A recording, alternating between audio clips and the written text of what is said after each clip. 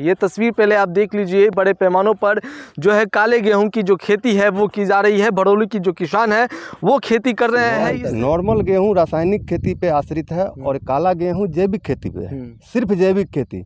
इसका जो है ये एक तरह से औषधीय खेती है। न्यूज़ 18 सहरसा देख रहे हैं आप और मैं हूं आपके साथ सरफराज आलम। सहरसा के किसान अनोखे तरीके से खेती कर रहे हैं।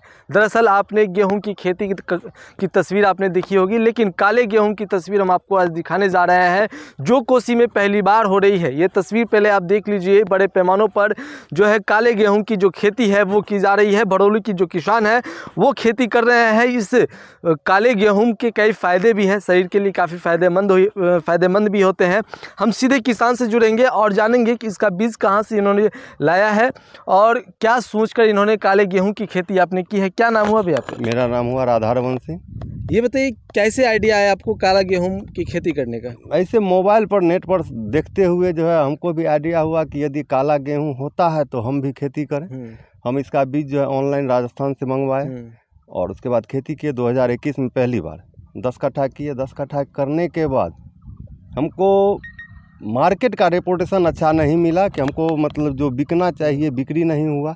उसके बाद इस वर्ष जो है हम मात्र 7 कट्ठा में गेहूं लगाए हैं। ये फ़ायदे क्या है इस काले गेहूं के और नॉर्मल गेहूं से क्या अंतर है? नॉर्मल गेहूं रासायनिक खेती पे आश्रित है और काला गेहूं जैविक खेती पे है, सिर्फ जैविक खेती। इसका जो है ये एक तरह से औषधीय खेती है और इसका फुल्ली उपयोग होता है डायबिटीज़ में।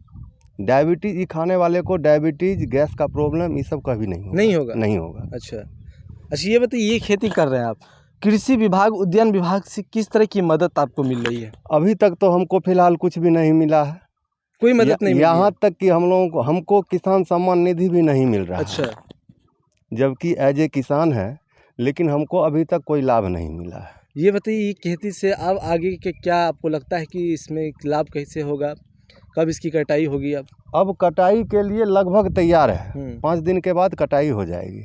5 दिन बाद कटाई? हाँ, 5 दिन के बाद कटाई कर लेंगे इसका। कहाँ कर रहे हैं आप खेती अभी? यहीं भड़ोली में। हाँ। चलिए, भड़ोली के ये किसान थे, इन्होंने बताया है कि हम लोग इसकी खेती कर रहे हैं और बड़े पैमानों पर जो है काले गेहूं की जो खेती है वो की जा रही है। सबसे बड़ी बात यह है कि अगर किसान इस तरह की आगे बढ़ने का हौसला अगर रखते हैं तो इसके पीछे विभाग को भी मदद करनी चाहिए, जो विभाग द्वारा मदद इन ऐसे किसानों को नहीं मिल पा रही है, जिसका जो हौसला है वो नीचे गिरता हुआ जा रहा है। और किसान बताते हैं कि इस तरह की खेती कोसी इलाके में पहली बार हो रही है। और ये तस्वीर देख लीजिए, हरा भरा ये खेत आपको दिख रहा होगा और इस खेत में आपको जो है कि गेहूं ही गेहूं आपको लगा हुआ हो।